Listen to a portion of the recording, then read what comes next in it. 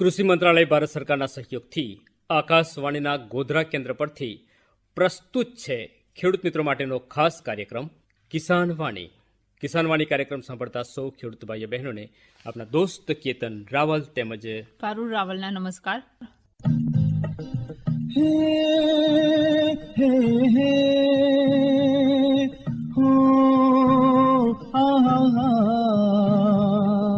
જગ આખાનો તાત છે એની તો આ વાત છે. જગ આખાનો તાત છે એની તો આ વાત છે. જગ આખાનો તાત છે એની તો આ વાત છે. જગ આખાનો તાત છે એની તો આ વાત છે. ધરતીનો છે છોરું મનડું એનું ભોળું. ધરતીનો છે છોરું મનડું એનું ભોળું. કથા છે ભરી કથા છે ખેડૂતોની કથા છે. વ્યથા છે ભરી વ્યથા છે ખેડૂતોની વ્યથા છે. ખેડૂતોની અમૃત વાણી કિસાન વાણી. કિસાન વાણી કિસાન વાણી કિસાન વાણી. મીઠી, હા, આજ સુધી તે કોઈ છેતર્યો છે? મેં તો કોઈને છેતર્યા નથી, પણ લોકો મને છેતરી જાય છે. હા, કેમ? હા, બહુ લોકો મને છેતરી જાય છે. મને ઇંગ્લિશ નહીં આવડતું એટલે. એટલે ઇંગ્લિશ ના આવડે કેવી રીતે છેતરાઈ જઈએ? આ કશું ખરીદી કરવા જઈએ ને ત્યારે આપણને કશું વાંચતા લખતા આવડે ના ને, એટલે આપણે છેતરાઈ જઈએ છે. ઘણી વાર છે ને બધી વસ્તુ બગડેલી નીકળે છે, બોલો. અને પાછી આપવા જઈએ ને ત્યારે કે તો તમે જ બગાડીને લઈને આવ્યા છો એવું કહેશે. પણ મીઠી, તે કોઈ છેતર્યો નહીં તો પછી તને લોકો છેતરે એ પરવડે? એમાં શું, આપણે ગામડાના એટલે આપણને વાંચતા લખતા ના આવડે એટલે આ બધા શું કરે, જે ના વેચાય ખરાબ વસ્તુ હોય એ આપણને ભટકાડી દેશે. અરે પણ મીઠી, આપણે જરૂરી થોડું છે કોઈ વેપારી કે એટલે આપણે એક વસ્તુ લઈ જ લેવાનું? હે, પણ મેં તો હવે નક્કી જ કર્યું છે કે કોઈ વેપારી વખાણ કરે ને કોઈ વસ્તુના એ વસ્તુ જ નહીં લેવાની. લો, આ તો પાછો વેપારી માટે બહુ મોટો ગુનો થઈ જાય. કોઈ વ્યક્તિ વસ્તુના વખાણ કરે એટલે એની ખૂબીઓ શું છે તો જણાવે ને. તમે નથી કહેતા કે જો આ મારે ભેંસ વેચવાની છે તો 1 ટંકે 5 લીટર દૂધ આલે છે, એ વખાણ ના કરો તમે? કરી, પણ વધારે પડતા ના કરાય એમ કે માણસને છેતરવાની વાત ના હોવી જોઈએ એમાં. પણ આપણે 5 લીટર દૂધ આપતી હોય ભેંસ તો જ કહીએ ને કે 5 લીટર દૂધ આલે છે. પછી 2 લીટર દૂધ આલતી હોય ને પછીથી આપણે એમ કે 5 લીટર દૂધ આલશે અને 50,000 રૂપિયા હું લઈશ ભેંસના, પણ ખરીદવાવાળી વ્યક્તિ ઘેર લઈ જાય અને દૂધ દોવા બેહે ત્યારે 2 લીટર દૂધ નીકળે તો એ આપણે છેતર્યા કહેવાય, હે ને? હા, છેતર્યા તો કહેવાય, પણ એના માટે શું કરવાનું? આવું લોકો છેતરે એના માટે બોલો. લોકો છેતર્યાના માટે શું કરવાનું કે આપણે સાવધ રહેવાનું, સાવધાન. પણ એ કેવી રીતે રહેવાનું? માન લો કે આપણે ભેંસ ખરીદવા ગયા ને કોઈ આપણને કહે કે આ ભેંસ 5 લીટર દૂધની છે, તો આપણે એમ કહેવાનું સાચી વાત ભાઈ તમારી, પણ હું જાતે જ એને દોઉં, બરાબર છે? તમારે જ ખીલે ભેંસ બાંધી રાખો. આજે હું એને દોઉં, ફરી કાલ સવારે હું પાછી દોણી લઈને આવીશ. કાલ સવારે દોઉં એટલું નહીં, પાછું ત્રીજે દાડે હું પાછી દોણી લઈને આવીશ અને તમારા જ ખીલે દોઉં અને 5-5 લીટર દૂધ હાલે તો હું સાચું માનું. આમ આપણને ખાતરી થાય પછી જ વસ્તુ ખરીદવાની. પણ ઘણીવાર તો એવું હોય છે કે એ લોકો બરાબર ખવડાવી દે એટલે દૂધ વધારે આપે, એવું હોઈ શકે ને? બરાબર ખવડાવી દે ને દૂધ આપે તો સારી વાત છે ને. આપણે ઘેર લાઈન બરાબર ખવડાવવું જ પડે ને. ભેંસને બરાબર ખવડાવીએ તો દૂધ હાલે. પણ ઘણીવાર એવું બનતું હોય છે કે અમુક એવી વસ્તુ ખવડાવી દેવામાં આવે ને કે તરત દૂધ વધી જાય, પણ એ વસ્તુ છે ને ખવડાવી ઘણીવાર મોંઘી હોય છે એવું કહેવાય છે. હજુ બહુ તથ્ય એનું કોઈ મળ્યું નથી, પણ દોણ ખવડાવીએ, ઘાસ ખવડાવીએ તો દૂધ આલે, વાત સાચી છે. ઘણીવાર કપાસિયા ખવડાવે તોય વધારે દૂધ આલે, એ વાતે સાચી છે. પણ વધારે દૂધ આપણે જોઈતું હોય તો આપણે ઘેર લાઈન ખવડાવવું પડે. પણ મીઠી, આ વાત કરીને કે આ તો આપણે ખાતરી કરી શકીએ કે ભાઈ ભેંસ છે 5 લીટર દૂધની છે કે નહીં. 5 દિવસ સુધી આપણે એનો પ્રયોગ કરીએ કે 5-5 લીટર દૂધ આલે છે. પણ આ ઘણી વખત એવું બને ને કે કોઈ ગાડી ખરીદવા જઈએ ને ત્યારે એમ કે આ ગાડીનું માઇલેજ આટલું મળશે, ઘણીવાર એટલું મળતું નહીં. હા, એવું થાય છે. ગાડીની શું વાત કરો, બીજી બધી વસ્તુઓમાં પણ એવું થાય છે. મિક્સરમાં થાય, વાસણોમાંય થાય છે, બોલો. એમ? હા, કુકરમાં પણ થાય છે એવું. બરાબર. આ ગૃહિણીઓને તો આ બધું જ યાદ આવે કે આ ઘર વખરી વસ્તુ લેવા જઈએ, મિક્સર કે કુકર, એમાં છેતરાઈ જવાય છે. આપણે કુકર લાયા હોય અને ગેરંટી હોય કે આટલા વર્ષની છે કે કંઈ પણ થાય, હાથો તૂટી જાય કે વિસલ બગડી જાય તો નવું નાખી આપીશું, પણ પછી કોઈ નાખી આપતું જ નથી જ્યારે કહેવા જઈએ ત્યારે. પણ મીઠી એમાં ભૂલ વેપારીની કે ખરીદનારની? એમાં ભૂલ તો આપણી, પણ હવે આપણને એ બધી ખબર ના પડે ને. પણ એમાં ખબર શું કે કોઈ વેપારી આપણને એમ કહે કે 5 વર્ષની ગેરંટી કે વોરંટી છે, તો આપણે પહેલું પાક્કું બિલ લેવાનું અને ગેરંટી કે વોરંટી કાર્ડ આપણે લેખિતમાં લેવાનું, કંપનીનું છાપેલું. એમ મોઢે મોઢે વેપારી કહે અને આપણે સાચું માની લઈએ, જ્યારે ખરેખર બગડી જાય પછી આપણે બદલાવા જઈએ, રિપેર કરાવવા જઈએ તો એ મંજૂર ના થાય કે ભાઈ આવી કોઈ શરત હતી જ નહીં, એમ ફરી પણ જાય ને. હા, ફરી જાય છે, પણ ઘણીવાર બિલ પણ નથી આપતા એ લોકો. એમ કહે છે કે અમે તો ઓળખીએ છે ને તમને. ભાઈ બિલ ના આપે ને તો એ વેપારીને કહેવાનું કે તમે મને ઓળખો છો બરાબર, પણ હું તમને કઈ ઓળખું છું? અમે તમને રૂપિયા લઈએ એટલે તમે અમને ઓળખો, પણ જ્યારે વસ્તુ બગડે ને ત્યારે તમે જ અમને ઓળખતા નથી, એવું વર્તન થઈ જાય છે. એટલે ઓળખાણની જગ્યાએ અને બિલની જગ્યાએ, બરાબર ને? હા, બરાબર. એટલે કહું છું મીઠી, આપણે ખરીદનારે સાવધાન રહેવાનું, કારણ કે કોઈ વેપારી કે એની વાતમાં આવી નહીં જવાનું. ઘણીવાર આપણે આ બિયારણ ખરીદવા જઈએ ત્યારે વેપારી એમ કે આ બિયારણ છે ને તમે વાવશો એટલે 90 થી 100% ઉગશે, અને લાઈન ઘેર વાવીએ ત્યારે 50% એમાંથી બીજ ઉગે ના. પણ એમાં તો એ લોકો એવું કે એમાં અમે શું કરીએ, એવું કે તમે કાળજી નહીં રાખી હોય. હા, એવું કે ફરી જાય. એટલે શું કહેવાય કે આપણે એને કહેવાનું કે ભાઈ આ બીજ તો હું લઈ જાઉં છું, તમે કહો છો કે 80-90% એમાં બીજ ઉગશે, અને હાથે હાથે એ સમજાવી દો કે કઈ રીતથી વાવવાનું છે. કારણ કે ઘણીવાર આપણી ભૂલ હોય, વાવતો આપણને ના ફાવ્યું હોય, પૂરા ભેજમાં ના બીજ વાવ્યું હોય તોય ભૂલ પડે. એટલે શું કરવાનું કે જે બીજ ખરીદીને લાવીએ ને એ બીજની કોથળી પણ સંગ્રહી રાખવાની. અને આપણે તો હવે વિડીયોવાળા મોબાઈલ થઈ ગયા, તો એ બીજ કઈ રીતથી એનું ધરું નાખ્યું, કઈ રીતથી વાવ્યું એનો વિડીયો ઉતારીને પુરાવો ઊભો ના કરી લેવાય. હા, આપણે અમે એમ આખો દાડો સેલ્ફીઓ લઈએ છીએ, તો આ બિયારણ લાઈન વાવીએ ત્યારે એ વાવણીનો વિડીયો બનાવી લેવાય. હા, બનાવી તો લેવાય, પણ ભૂલી જવાય છે પાછું વિડીયો બનાવવાનું. ભૂલી એનું જવાય કે બનાવીશું એમ, પછી આ તો ખબર પડે કે આ તો નુકસાન થાય ત્યારે. પાક ઉગે ને પછી એની પર ફૂલો આવે તારે વિડીયો બનાવીશું, એવી રાહ જોવાની નહીં, ત્યારે બનાવવાનો એ વાત અલગ. પણ વાવણી વખતે વિડીયો બનાવીએ ને કે આ પેકિંગ તોડ્યું, એટલે કે જે બિયારણની થેલી આપી હોય ત્યાંથી એને આપણે કાતરથી કે પતરીથી કે ચપ્પાથી કાપીએ ને ત્યાંથી વિડીયો ઉતારવાનો. પછી એને દવાનો પટ આપતા હોય એનોય વિડીયો બનાવવાનો, અને કેટલું ઊંડું વાવ્યું, કેટલા ભેજમાં વાવ્યું એનોય વિડીયો જો બનાવીએ અને પછી ના ઉગે ને તો એ કંપનીવાળાનો કોલર પકડવો હોય ને કાયદેસર તો પકડાય. પણ પછી એ લોકો એમ કે હવે આટલી વસ્તુ માટે હું જફાજફી કરો છો એમ કે. હા, તો ભાઈ બીજી વસ્તુ આલ દે. કારણ કે વેપારી માટે એ 500 કે 1000 રૂપિયાનું બિયારણ છે, પણ આપણે તેમાં ખેડ ખાતર પાણી કર્યું હોય. આ માન લો કે ઘઉંની સિઝન જ છે ને ઘઉંની સિઝન માટે આપણે 5000નું બિયારણ વાવ્યું હોય અને ઘઉંનું બિયારણ સમયસર ના ઉગે તો આપણું તો આખું આ સિઝન માથે પડે ને. આપણી તો પડે જ છે. તો આપણે તો 2 લાખનું ઉત્પાદનની ખોટ લાગે. એટલે જો આવી નુકસાની જાય ને તો એ નુકસાની આપવાની જવાબદારી પણ એ વેચનાર વિક્રેતાની વેપારીની થઈ જાય. તો બિયારણમાં પણ એવું હોય? બિયારણમાં હોય, ખાતરમાં હોય, ગાડીમાં હોય, આ બધાની અંદર ગેરંટી વોરંટી હોય છે. મને તો એવું હતું કે ખાલી આ બધી વસ્તુઓમાં જ હોય એમ. ના ભાઈ, આ ખેડૂતોને આ જાણકારી હોતી જ નથી, એટલે તો ખેડૂતો આવી રીતથી ઘણીવાર ખોટ ખાય છે તો કોઈ કાયદેસર પગલાં લેતા નથી. આથી જ મીઠી છે ને આજના કિસાન વાણી કાર્યક્રમની અંદર આ ખેડૂતો અને દરેક ગ્રાહકો માટેનો એક સરસ મજાનો કાયદો છે, ગ્રાહક સુરક્ષા અધિનિયમ, એ વિશેની વાતચીત સાંભળવાની છે. અને આ સરસ મજાના વિષય પર વાતચીત કરવા માટે આકાશવાણી સ્ટુડિયોમાં આમંત્રિત કરેલ છે જાગૃતિબેનને. તેમની મુલાકાત સાંભળીએ એ પહેલા સાંભળીએ એક સરસ મજાનું ગીત.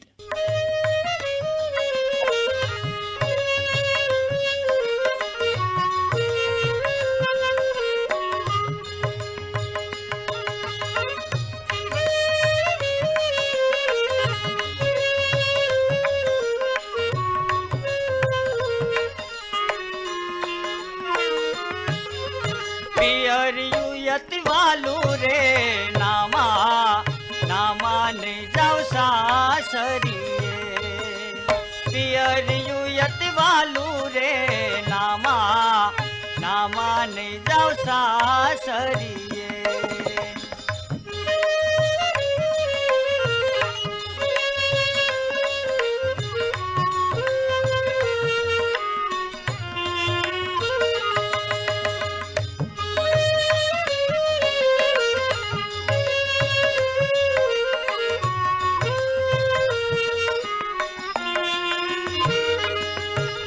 સાસરીએ જવતો રે મારા સસરાજી છે ભૂંડા, સસરાજી છે ભૂંડા સાસરીએ જવતો રે મારા સસરાજી છે ભૂંડા સસરાજી છે ભૂંડા મને લાજડિયું કઢાવે રે નામા ને જાવ સાસરીએ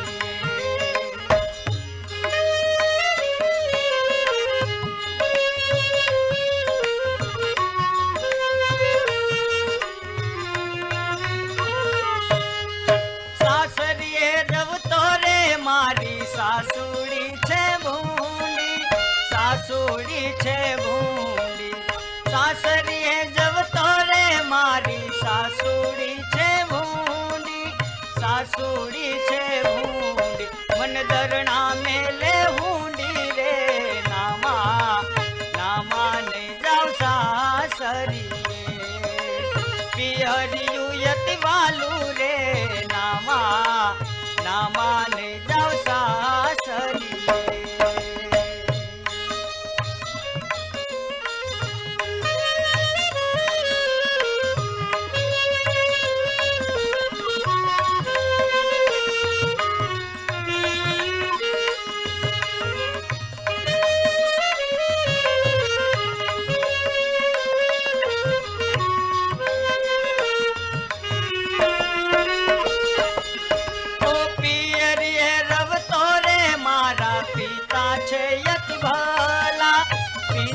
છે યતિ ભલા પિયરીએ રવતો રે મારા પિતા છે યતિ ભલા પિતા છે યતિ ભલા મન બેની કઈ બોલાવે રે નામા ને જાવ સાસરીએ પિયરિયું યતિ વાલું રે નામા ને જાવ સાસરીએ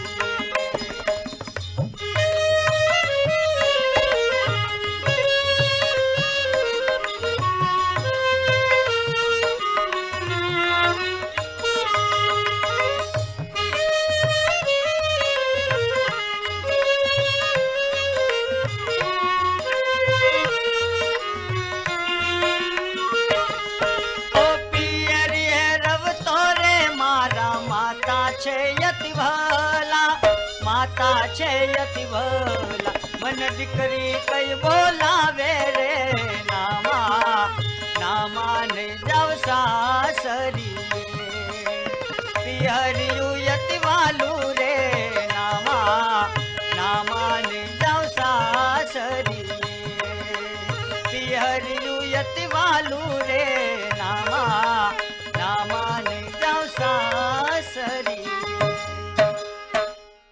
કિસાનવાણી કાર્યક્રમ સાંભળતા સૌ ખેડૂત ભાઈઓ બહેનોને આપણા દોસ્ત કેતન રાવલના નમસ્કાર. મિત્રો, ખેડૂત એક ઉત્પાદક કહેવાય છે, એટલે કે ખેડૂત એક ફેક્ટરીનો માલિક છે એમ કહીએ તોય ખોટું નથી.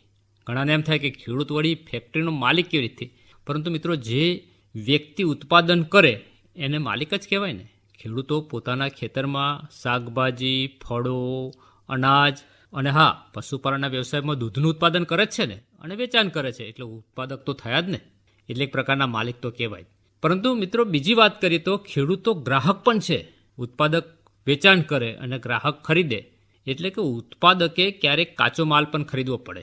ખેતી માટે આપણે ઘણીવાર કાચો માલ ખરીદવાનો એટલે કે બિયારણ, ખેત ઓજારો અને ઘણી વખત જંતુનાશક દવાઓ, આ બધું ખરીદવું પડે.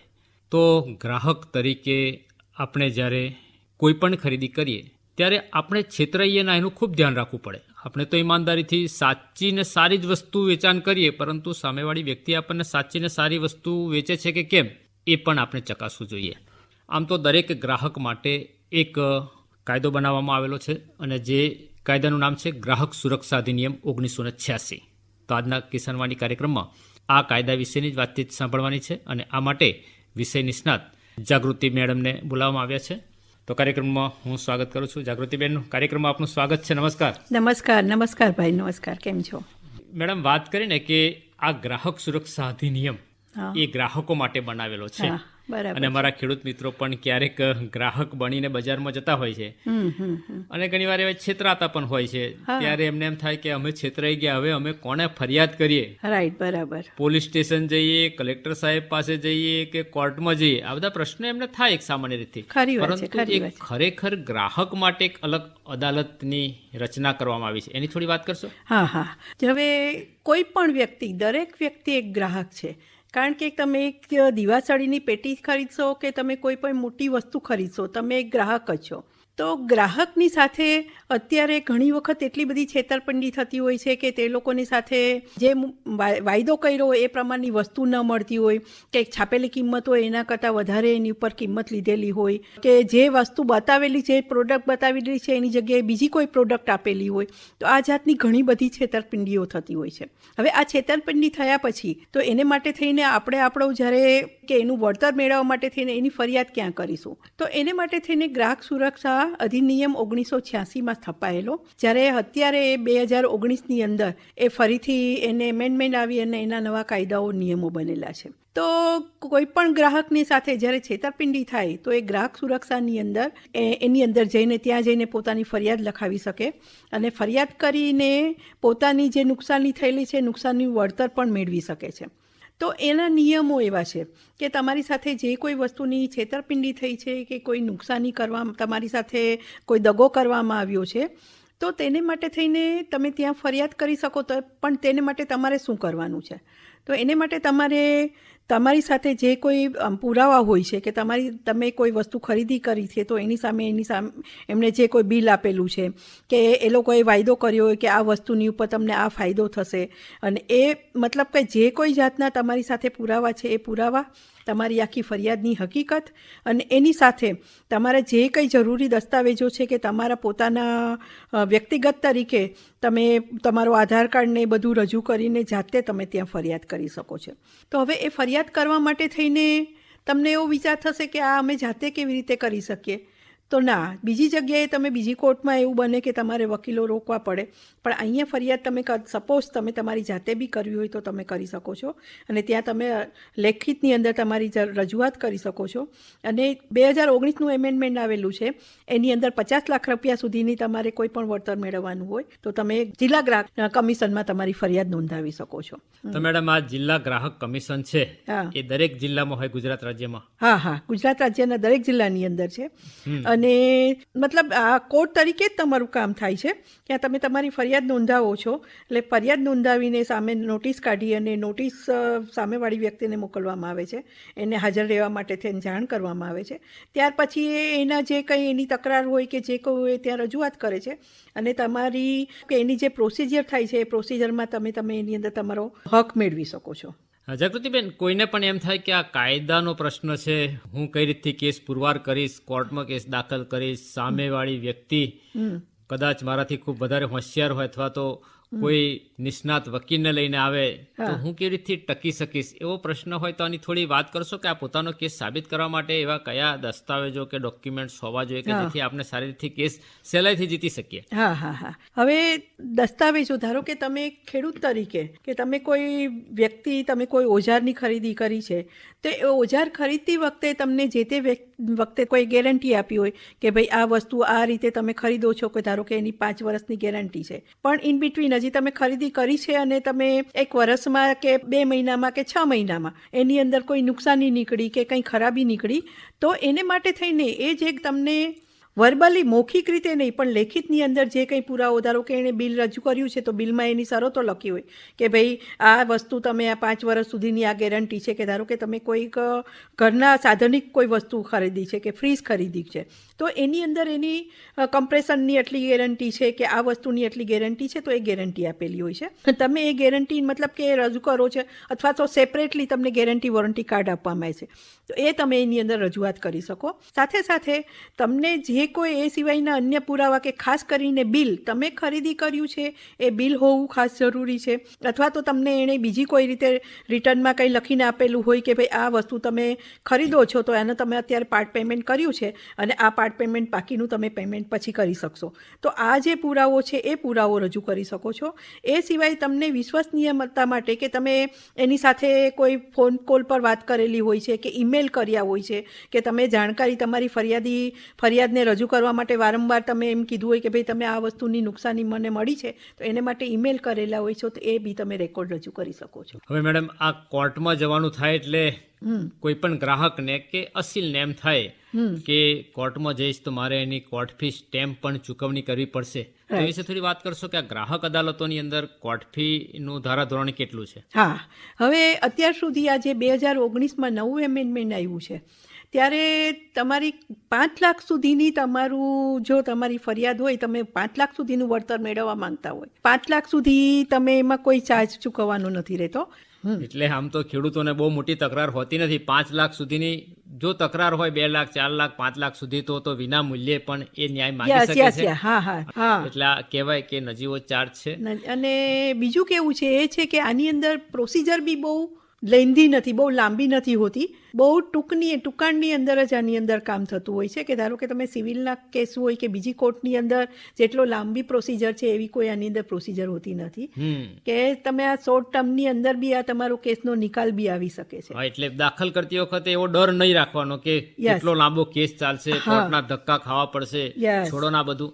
આપણે ન્યાય મેળવવો છે, ગ્રાહક અદાલતમાં પહોંચી જવાનું છે, જરૂરી પુરાવા સાથે કેસ મૂકી દેવાનો છે, સામેવાળા નોટિસ નીકળશે, એનો બચાવ માટે લેખિતમાં રજૂઆત કરશે, આપણો પુરાવો સોગંદ ઉપર લઈને નામદાર કોર્ટ જજમેન્ટ આપતી હોય છે. હવે આ તો વાત થઈ કે આપે એક ઉદાહરણ તરીકે કહ્યું કે ગેરંટી વોરંટી કાર્ડ હોવું જોઈએ, બિલ હોવું જોઈએ, પણ ઘણી વખત ગ્રાહકો બિલ લેવાનું રહી જાય છે અને વેચનાર વ્યક્તિ એવું કહે છે કે લઈ જાઓ ને, હું બેઠો છું ને, વર્ષોથી મારી દુકાનથી તમે બિયારણ ખાતર લઈ જ જાઓ છો ને, શું ચિંતા કરો છો? તો આપ ખરીદી વખતે શું સાવચેતી રાખવી જોઈએ એની વાત કરશો? હા. હવે ખાસ કેવું છે કે અત્યાર સુધી આપણે કોઈ દિવસ આવી બહુ ગણતરી કરી નથી ને આપણે એક ગ્રાહક તરીકે એવું કોઈ ધ્યાન નથી આપ્યું કે ભાઈ આને માટે થઈને આપણી પાસે પુરાવો શું રહેશે. તો જ્યારે કોઈ પણ વસ્તુની ખરીદી કરવા જઈએ છીએ ત્યારે ગ્રાહકે એ તકેદારી રાખવાની છે કે પહેલાં તો તમે એ વસ્તુ ખરીદો છો એ વસ્તુ તમારે માટે યોગ્ય છે. એ સિવાય એ વસ્તુ જ્યારે ખરીદી કરેલી છે તો એ વસ્તુ માટે તમને જે કોઈ એ લોકોએ જે વાતચીત કરી હોય કે તમને વાયદો કર્યો હોય તો એ વાયદા તમારી પાસે લેખિત મેળવવું ખાસ જરૂરી છે. અને સૌથી પહેલાં તો તમે જે વસ્તુ ખરીદી છે એનું બિલ લેવું હંમેશા જરૂરી છે. કોઈ પણ વસ્તુની તમે બિલ લેશો તો એક તમારી પાસે એ પુરાવો થશે કે તમે આ વસ્તુ આ વ્યક્તિ પાસેથી કે આ કંપનીમાંથી તમે ખરીદી કરી છે. એટલે ગ્રાહક કે ખરીદી વખતે સાવચેત રહેવાની જરૂર છે, સાવધ રહેવાની જરૂર છે. વેપારી આપણને એની વાતોમાં ભરમાવી ના દે. હા, આપણો વિશ્વાસુ વેપારી છે એટલે જ આપણે એની પાસેથી ખરીદીએ છીએ, પરંતુ એની સામે આપણે એને અવેજ એટલે કે કિંમત ચૂકવીએ છીએ તો બિલ પણ એને આપવાની ફરજ છે. અને મેડમ ઘણી વાર એવું કરે છે કે બિલ તો લઈ લીધું પણ હવે ઘરે ક્યાં મુકાઈ ગયું કઈ ખબર નથી, તો આ બિલ સાચવી રાખવા બાબતે કંઈક થોડી વાત કરશો? હવે કેવું છે, અત્યારે વિજ્ઞાન અને ટેકનોલોજીનું યુગ છે આપણી પાસે. તો સૌથી પહેલા તો આપણે એક અવેર કરવાનું કે પહેલા તો ખાસ કરીને એને બિલ સાચવવા બહુ જરૂરી છે. અને ન હોય તો એની સાથે સાથે તમે બિલનો ફોટો પાડીને તમારા મોબાઈલમાં કે ઓનલાઈન તમે એને સેવ કરીને રાખો તો બી તમારી પાસે પ્રૂફ જળવાઈ રહે. પણ એક પુરાવો હોવો ખાસ જરૂરી. તમે ગ્રાહક સાબિત થવા માટે થઈને તમે પુરાવો એ તો ખાસ જરૂરી છે. એના વિના તમે આગળ ઘણી વખત કેવું છે કે એ પ્રૂવ ન થાય ત્યાં સુધી તમે ગ્રાહક પુરવાર નહીં થઈ શકો. બીજું ઘણી વખત કેવું થાય છે કે તમે મોટા સ્ટોરમાં કે મોલમાંથી બી ખરીદી કરવા જાઓ છો તો ત્યારે એ લોકોના ઓનલાઈન બિલ આપે છે એ લોકો. તો ઓનલાઈન રેકોર્ડ પરથી બી તમે તમારો એ પુરાવો મેળવી શકો છો કે સપોઝ તમારી પાસે બિલ નથી તો આ બિલની તમે કે ભાઈ તમે ખરીદી કરી છે આ ટાઈમે અને તમારી પાસે અત્યારે બિલ નથી તો તમે એનું રેકોર્ડ બી મેળવી શકો છો, મંગાવી શકો. હા, મંગાવી શકીએ છીએ. પણ આપણામાંથી પેલું ડેબિટ કાર્ડ કે ક્રેડિટ કાર્ડથી પૈસા કપાયેલાનો રેકોર્ડ હોવો જોઈએ. હા, એનો બી સંપર્ક તમારે. અને હવે એ તો છે જ કે તમે મોલમાં જાઓ છો તો ત્યાં તમારું પેમેન્ટ કાર્ડથી જ થતું હોય છે. મોસ્ટ ઓફ કેશથી બહુ ઓછું થતું હોય છે. તો એ કાર્ડનો તમારી પાસે રેકોર્ડ હોય તો તમે એના ઉપરથી બી એ તમે બિલને મેળવી શકો છો. વાત થઈ થોડી ખેતીના સાધનો, ખેતીના જે બી બિયારણની વાત કરી, રાઈટ. પણ કોઈ ખેડૂત તો ઘણી વખત એક બીજી રીતથી પણ વીમો લે છે કે ભાઈ મારી વાહનનો વીમો છે, હા, અથવા તો પોતાની પશુઓનો પણ વીમો લેતા હા, હોય છે, પશુઓનો, હા. અને પોતાની જાતનો પણ વીમો લે હા, છે કે હોય. લાઈફ ઇન્સ્યોરન્સ કહે છે, અથવા તો મેડિક્લેમ પણ લેતા હોય હા, છે. right, તો શું આવી રીતથી કોઈ મેડિક્લેમ હોય અથવા તો જનરલ ઇન્સ્યોરન્સ લીધો હોય, હા. એ ખરીદ્યા પછી પ્રીમિયમ ચૂકવ્યા પછી પણ જો વીમા કંપની એમાં કંઈક ક્લેમની રકમ ના આપે તો ગ્રાહક અદાલતનો આશરો લઈ શકાય? હા, ચોક્કસ બહુ જ મહત્વની વસ્તુ છે. કારણ કે હવે આજના યુગની અંદર એવું જરૂરી છે કે વીમો લેવો એ જરૂરી છે. ખાસ કરીને દરેક વ્યક્તિનો તો ખરો જ, પણ હવે ધારો કે તમારી કોઈ ઘર વખરીની વસ્તુ છે, કે તમારી પાસે ફેક્ટરી છે, ફેક્ટરીના કે તમારી ખેતર છે, કે એની આજુબાજુ અમુક વસ્તુ ઉપર તમે જ્યારે લાખો રૂપિયાનું એની અંદર ઇન્વેસ્ટમેન્ટ કરેલું હોય છે, તો એની માટે થઈને તમે તમારો વીમો, ધારો કે તમે વાહન લીધું, ગાડી લીધી કે ટુ વ્હીલર લીધું, તો એ દરેક માટે વીમો લેવો ખાસ જરૂરી છે. કારણ કે કયા સમયે કયો બનાવ બની શકે કે એની સામે જો આપણે ખર્ચાઓ આપણે માટે પ્રોટેક્શન મેળવવું હોય તો વીમો લેવો જરૂરી છે. હવે એવું અવારનવાર બનતું હોય છે કે ભાઈ વીમા કંપની તમારી પાસેથી પ્રીમિયમ લીધું છે છતાં બી તમને વીમાના પૈસા ચૂકવતા નથી. તો એ માટે તો ખાસ ગ્રાહક સુરક્ષાની અંદર અત્યારે મેક્ઝિમમ જે કેસો ચાલે છે એ વીમાની ઉપર ચાલતા હોય છે.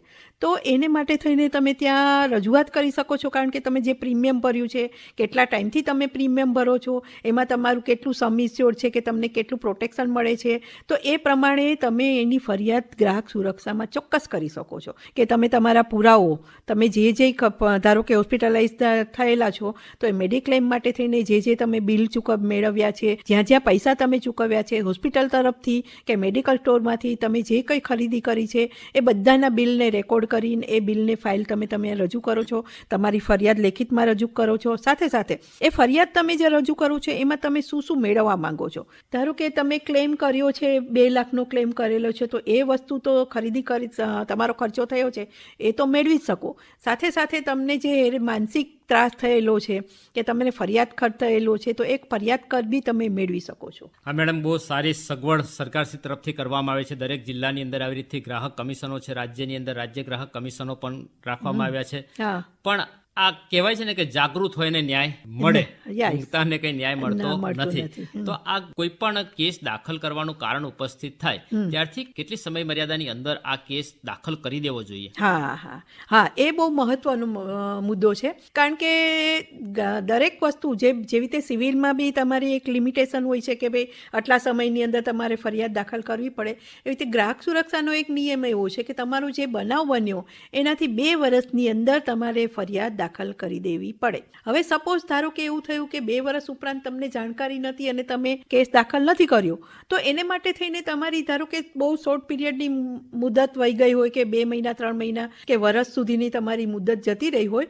તો તમે એક મુદત માફીની એપ્લિકેશન આપી અને તમે ફરિયાદ તમારી દાખલ કરી શકો છો. સૌથી પહેલા તમારી મુદત માફીની એપ્લિકેશન લખવી જરૂરી છે. એટલે વિલંબ માફ પણ કરી શકે છે, પરંતુ એના કંઈક કારણો પણ બતાવો. હા, એના ચોક્કસ કારણો જણાવવામાં આવે કે ધારો કે તમે અત્યારે એવું તો બનતું નથી, કેમ કે હવે બધા અવેર છે કે તમારી પાસે કાયદાનું જ્ઞાન નથી એવું કરીને આપણે રજૂઆત તો ન કરી શકીએ. પણ આજે અમે જે આ પ્રોગ્રામ રજૂ કરીએ છીએ એનું કારણ બી એ જ છે કે જ્યારે લોકો અવેર નથી અને એની સાથે છેતરપિંડી થતી હોય છે, તો હવે જ્યારે આપણી પાસે જાણકારી મળી છે એ દાખલ કરવા માટે થઈને તમે ધારો કે કોઈ પ્રસંગોપાત એવું બન્યું કે ભાઈ કોઈ વ્યક્તિ જે છે એનું મૃત્યુ થયું છે, કોઈ પ્રસંગોપાત બીજા કોઈ એવા કુદરતી સંજોગોને હિસાબે તમે ફરિયાદ દાખલ નથી કરી શક્યા, તો એ તમે વિષયવાર તમે એની અંદર જણાવો છો તો એ મુદ્દત માફ કરીને તમારી ફરિયાદ દાખલ થઈ શકે છે. જી, ખૂબ સરસ. તો ગ્રાહક સુરક્ષા અધિનિયમ એ ખરેખર ખેડૂતો માટેનો અને ગ્રાહકો માટેનો કાયદો છે. એ વિષય ઉપર આપે વિસ્તૃત માહિતી પૂરી પાડી. આપનો કિંમતી સમય આપી આકાશવાણી ગોધરા સ્ટુડિયોમાં ઉપસ્થિત રહ્યા એ બદલ આપનો ખૂબ ખૂબ આભાર. નમસ્કાર. ધન્યવાદ.